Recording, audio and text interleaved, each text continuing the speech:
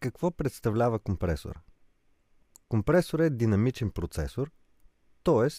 той коригира нивата на звука. Как се случва това? Предварително задаваме на компресора граница.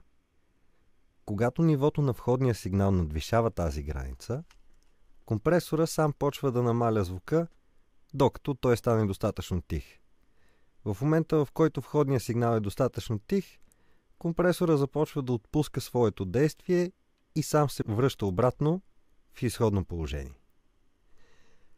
Ако нямаше компресори, то ние трябваше на ръка да намаляме и да увеличаваме звука всеки път, когато е твърде силен или твърде тих.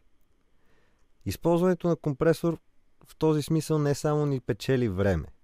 Когато един компресор е настроен правилно, шансът за грешка е минимален, докато когато човек прави нещо на ръка, шансът за грешка значително се увеличава.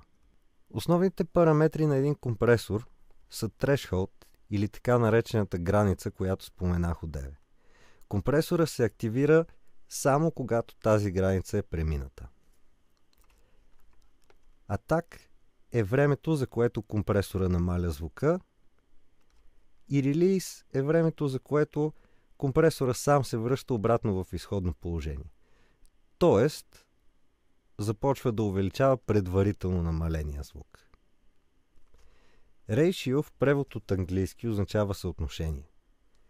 Това е съотношението между входния и изходния сигнал. В случая ние сме настроили нашия компресор с ratio 4:1. Тоест, за всеки 4 децибела над зададената от нас граница, компресора би пропуснал само 1 децибел. Работата с компресор често има и странични ефекти. Те могат да бъдат както добри, така и лоши. Пример, атаката на компресора има благоприятно влияние върху високите честоти. За това видео сме ви подготвили запис на един соло барабан, за да видите как бързата атака ще засили звука на кожата. Първо чуйте звука на соло барабана без компресор.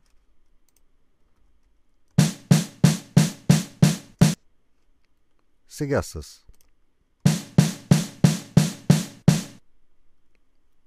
Забелязвате как в първия запис много по-ясно се чува пружината на барабана, докато след като включим компресора, вече и самия удар с палката по кожата започва да се откроява. Пример за негативно влияние обаче е когато работим с инструменти, които излъчват ниски честоти. Там е особено важен релиза на компресора, тъй като дългия релиз значително може да намали ниските честоти. И когато инструмента, с който работим, е такъв, за който ниските честоти са витални, твърде бавният релиз буквално може да съсипе звука на този инструмент. За пример сме подготвили една бас-каса. Ето как звучи без компресор. Сега нека я компресираме с твърде бавен релиз. Забелязвате как ниските честоти се понижиха значително.